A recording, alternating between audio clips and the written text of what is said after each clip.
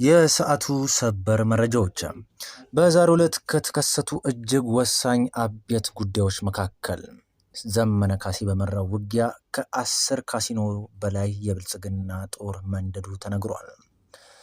ከዚህ ጉዳይ ጋር ተያይዞ ዝርዝር መረጃ ወደ እናንተ የማድረስ ነው የሚሆነው። እንዲሁም ዮሐንስ ቦያለው ላይ አስደንጋጭ ዜና ከሆስፒታል መሰማቱ ተነግሯል። ዮሐንስ ቦያለው ላለፉት ወራት ሆስፒታል ሲመላለስ እንደነበረና እጅግ በአገዛዙ ቡድን ሲሰቃይ የነበረ ግለሰብ መሆኑ ተነግሯል። በዛሬው ዕለትም እጅግ አስደንጋጭ ሰበር መረጃም ከሆስፒታል ተሰምቷል። ከዮሐንስ ቦያለው ጋር ተያይዞ ምንድነው የተሰማው የሚለውንና ዝርዝር ጉዳይ በዚህ መረጃ ሰዓት የምንመለከት ይሆናል።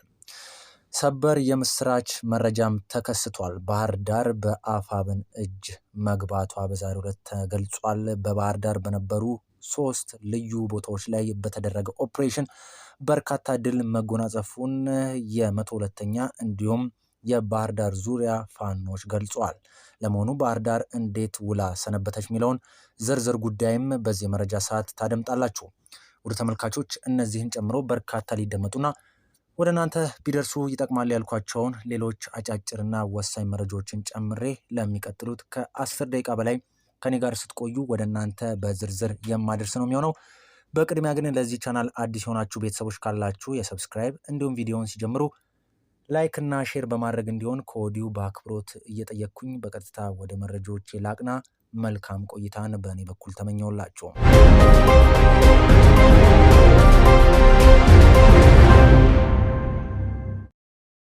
ሰላም ጤና ይስጥልኝ። በመላው ዓለም የምትገኙ ውድ ኢትዮጵያውያን እንደምን ሰምታችኋል? በመረጃ ሰዓት ተገናኝተናል። መረጃዎቹን ወደ እናንተ እያደረስኩ አብሬያችሁ የምቆየው ከሁሉ በጂ መረጃ እኔ ሉል ነኝ። ቀዳሚውን መረጃ ወደ እናንተ በማድረስ የዕለቱን ፕሮግራም የምጀምር ነው የሚሆነው።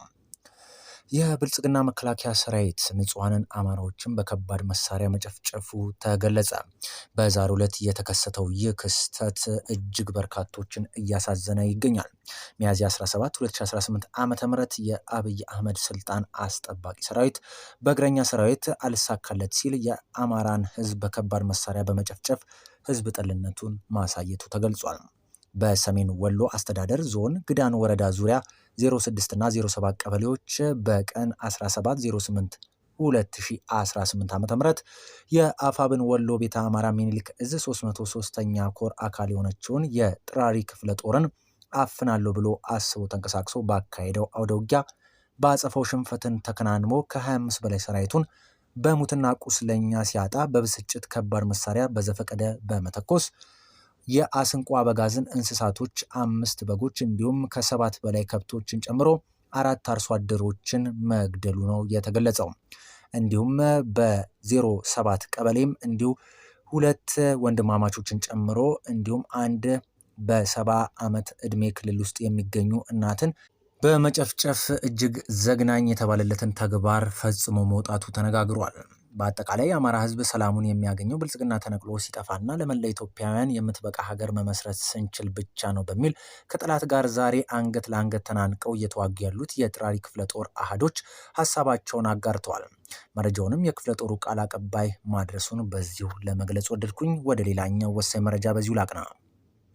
ውድ ተመልካቾች ሳምንቱን በቀጠለው 4ኛ ኦፕሬሽን በባህር ዳርና ዙሪያዋ ላይ ከባድ ኦፕሬሽኖች እየተፈጸሙ ይገኛሉ። በአፋብን 102ኛ ኮር ጣና በለስ ብርጌድ በዛሬው ዕለትም ባህር ዳር 07 ልዩ ስሙ በሆነ ቦታ ላይ 2 የኦፕሬሽን ስልቶችን ስበው መመከት በሚለውና እንዲሁም ስበው ምታው በሚለው ስትራቴጂ በዛሬው ዕለት እንግዲህ አካባቢው ሲናወጥ መዋሉን የተገለጸው።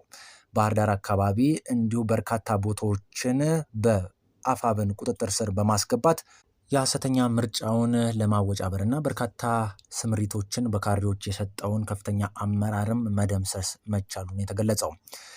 አስረሴ ይሁኔ የተባለው ይህ ግለሰብ ባህር ዳር አካባቢ በርካታ ወጣቶችን በማሳፈን እንዲሁም በማስጨፍጨፍ የሚታወቅ ግለሰብ ሲሆን ባህር ዳር ላይ በዛሬው ዕለት እንግዲህ በርካታ ቦታዎች ላይ የምርጫ ቅስቀሳ ሊደረግ እንደነበረ ያወቀው የአፋብን ሰራዊት ባህር ዳርና አካባቢዋን ሙሉ በሙሉ በሚባል መልኩ በመቆጣጠር ልዩ ኦፕሬሽኑን ሰርቶ መውጣቱን አረጋግጧል።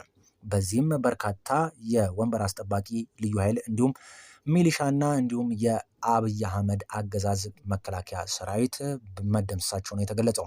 ባህር ዳር አካባቢ ላይ ሰዎች ካሜራ እንዳያነሱ እንዲሁም የሚያነሱትን መደብደብ የጀመረው የመከላከያ ሰራዊት እጅግ የተሸነፈበትን ሽንፈቱን መከናነብ ሲያቅተው መፈርጠጡ ተገልጿል። አሁን በአየር ክልል ብቻ ባህር ዳር እየተጠበቀች በድሮንም እንዳለች ነው የተገለጸው። ባህር ዳር የነበረው ከ12 በላይ ክፍለ ጦርም መውጣቱ ነው የተነገረው። አሁን ላይ ከባድ መሳሪያዎችን እየጫኑና እንዲሁም ታንክ ጭምር ባህር ዳር አካባቢ ላይ በዙሪያዋ እያንዣበበ እንደሚገኝ ነው የተገለጸው። በሌላ መረጃ በወህኒ እየማቀቁ የሚገኙት ዮሐንስ ቢያለውን ጨምሮ በርካታ አመራሮች በዛሬው ዕለት እንግዲህ በምግብ መመረዝ ሆስፒታል መግባታቸው ተገለጸ። ዮሐንስ ቢያለውን ጨምሮ ሁለት ስማቸው ያልተጠቀሱ የቀድሞ የአማራ ክልልና እንዲሁም የፌዴራል መንግስት ከፍተኛ አመራሮች በምግብ መመረዝ ሆስፒታል መግባታቸው ነው የተረጋገጠው። በዛሬው ዕለት የጦር ኃይሎች ሆስፒታል በገቡት በእነዚህ ከፍተኛ አመራሮች ዘንድ እጅግ አስደንጋጭ የተባለ የሕክምና ስህተት እንደተገኘ ተገልጿል። ምግቡ ተመርዟል የሚለው አሁን የተረጋገጠ መረጃ ሲሆን ሆን ብለው አገዛዙ ቡድን እንደመረዛቸው ነው መረጃዎች እየጠቆሙ የሚገኙት። ላለፉት ከ2 ዓመት በላይ በእስር ላይ የሚገኙት ዮሐንስ ቢያለውን ጨምሮ በሱ ክስ ስር የሚገኙ ከፍተኛ አመራሮች በዛሬው ዕለት እንግዲህ በጦር ኃይሎች ሆስፒታል ሕክምናቸውን ሲከታተሉ እንደነበሩ ተገልጿል። ዮሐንስ ቢያለውን ጨምሮ ከፍተኛ አመራሮች ለሕይወታቸው አስጊ በሆነ መልኩ ራሳቸውን ጥለው በእስር ቤት ውስጥ ሽንት ቤት ውስጥ መገኘታቸው ነው የተረጋገጠው። በዚህም በፍጥነት ወደ ጦር ኃይሎች ሆስፒታል በመግባትም ሕክምናቸውን እየተከታተሉ እንደሚገኙ ነው መረጃዎች እየጠቆሙ የሚገኙት። አዲስ መረጃ ካለ ከነ ዮሐንስ ቢያለው መረጃ ጋር ተያይዞ ማለት ነው ወደ እናንተ በፍጥነት እንደማደርስ ቃል እየገባው ወደ ቀጣዩ መረጃ በዚሁ ላቅና። ውድ ተመልካቾች በሌላ ወሳኝ መረጃ የአፋብኃኝ ሸዋ ጠቅላይ ግዛት አሳምነው እዝ አህዶች በአገዛዙ ጥምር ጦር ላይ ጥቃት መፈጸማቸው ተረጋገጠ።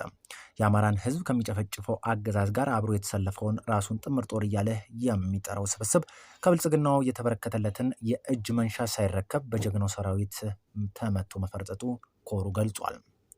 በሸዋ ጠቅላይ ግዛት ይፋትና ጥሙጋ አውራጃ የሸዋሮቢት ከተማ አስተዳደር ህዝባቸውን ለሚጨፈጭፉ ለፖሊስ ለሚሊሻና ለአድማ ብተና አባላት የአርሶ አደሩ መሬት በወረራ በመያዝ ለመኖሪያ ቤት በእጅ መንሻነት ሸንሽኖ ለማስረከብ ወደ 03 ቀበሌ ልዩ ቦታው ሃይማ በተባለ አካባቢ በተንቀሳቀሰበት ወቅት የአፋብኃኝ ሸዋ ጠቅላይ ግዛት አሳምነው እዝ የአርበኛ መሐመድ ቢሆነኝ ኮር ወንዱ አስቻለው ክፍለ ጦርና በቀጠናው የሚገኙት የታደለ ወርቁ ብርጌድ የአርበኞች ጦር ሰራዊት በቅንጅት በወሰዱት ድንገተኛ ጥቃት በፍየል ማርቢያ ጎዜ ተራራ የሰፈረውን የብልጽግናውን አየር ወለድ ሰራዊት ተመቶ እግሬ አውጪኝ ብሎ ወደ መሀል ከተማ መፈርጠጡን ኮሩ በግንባር መረጃው ገልጿል።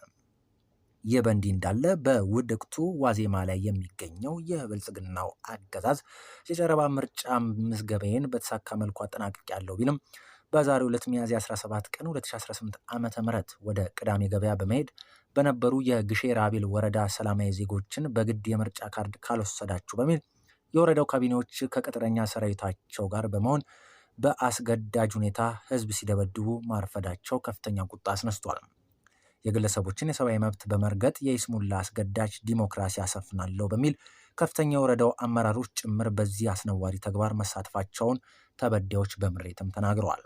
የወረዳዋ ነዋሪዎች ወደ ዕለቱ ገበያ በሚጓዙባቸው መንገዶች ላይ የአገዛዙ ቅጥረኛ መከላከያ ሰራዊት የሚሊሻና የፖሊስ አባላት በስፋት ተሰማርተው የምርጫ ካርድ ለመውሰድ ፈቃደኛ ባልሆኑ ተጓዦች ላይ ከፍተኛ ድብደባና እንግልት የፈጸሙ ሲሆን ስማቸው ከዚህ በታች የተዘረዘሩት የወረዳው አመራሮች በአካል ተገኝተው ወንጀሉን ሲመሩ መቆየታቸውን የዓይን እማኞች ከስፍራው አረጋግጠውልናል። ምርጫው መመረጥ የዜጎች ዲሞክራሲያዊ መብት ሆኖ ሳለ በአስገዳጅ ሁኔታ ህዝብ ሲያስደበድቡ የነበሩ አስተባባሪዎች እነዚህ ናቸው።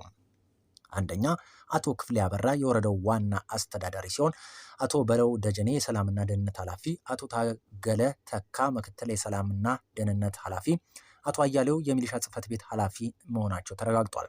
በተመሳሳይ ቀጠና ከዚሁ ጋር ተያይዞ በወረዳው ሸበቶ አካባቢ የመሸገው ራሱን የሀገር መከላከያ ሰራዊት ብሎ የሚጠራው የወንጀለኛው ስብስብ በህዝብ ላይ እያደረሰ ያለው በደል ከጊዜ ወደ ጊዜ እየከፋ የመጣ ሲሆን በተለይ በቁንዲ መድኃኔዓለም ቤተክርስቲያን አካባቢ የሚኖሩ 2 ወጣት ልጃገረዶች በሰራዊቱ አባላት መደፈራቸውን ተከትሎ በአካባቢው ማህበረሰብ ዘንድ ከፍተኛ ቁጣ መቀስቀሱንና አካባቢው ላይ ያለው ማህበረሰብ ትጥቁን ይዞ ወደ ጫካ መግባቱን ነው ለማረጋገጥ የተቻለው።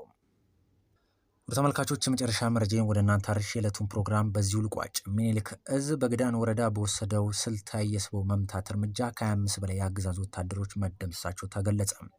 በአፋመን ምኒልክ እዝ 303ኛ ኮር ስር የሚገኘው የ14ኛ ክፍለ ጦር አርበኞች ትላንት ሚያዝያ 16 2018 ዓ.ም በግዳን ወረዳ ወይራር በር ተብሎ በሚጠራው አካባቢ የስቦ መምታትና የቆረጣ ታክቲክ በመጠቀም በወሰዱት እርምጃ የጠላት ኃይልን ዶግ አመድ ማድረጋቸውን ታላቅ ገድል መፈጸማቸውንም አረጋግጠናል።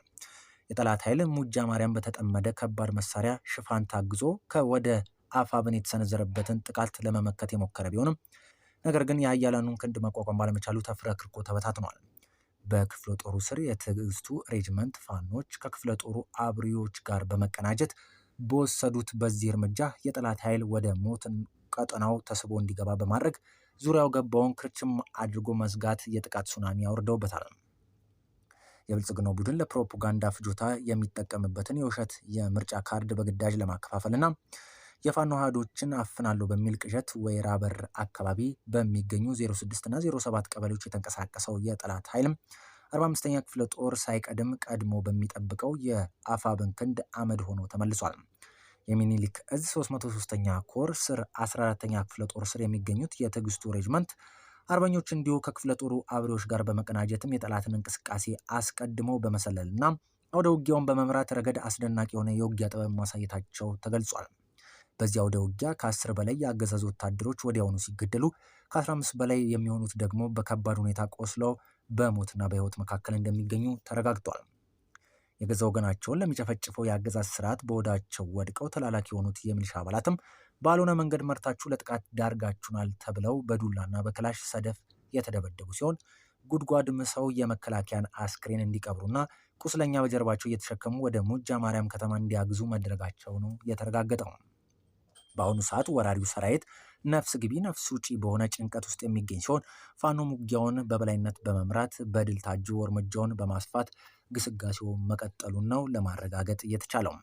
መዳረሻውን ድልና ነጻነት የሆነው የአማራ ህዝብ የህልውና ተጋድሎ ተጠናክሮ እንደሚቀጥልም ነው የሚኒሊክ እዝ 303ኛ ኮር ስር የሚገኘው የ14ኛ ክፍለ ጦር አርበኞች የገለጹትም። ውድ የሁሉ በጄ መረጃ ተከታታዮች ለሰዓቱ ያጠናቀርናቸው መረጃዎች እነዚህን ይመስሉ ነበር። ወደ በኋላ ላይ በአዳዲስ እንዲሁም ወቅታዊ መረጃዎች ዳግም እንደምንገናኝ ቃል እየገባው በዚሁ ተሰናበትኳችሁ።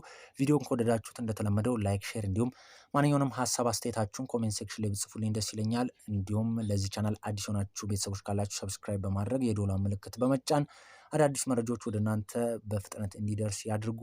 ሀገራችን በህዝቦቿ ጥረት ታፍራና ተከብራ ለዘላለም ትኑር። ብሩህ ቀን በእኔ በኩል ተመኘው።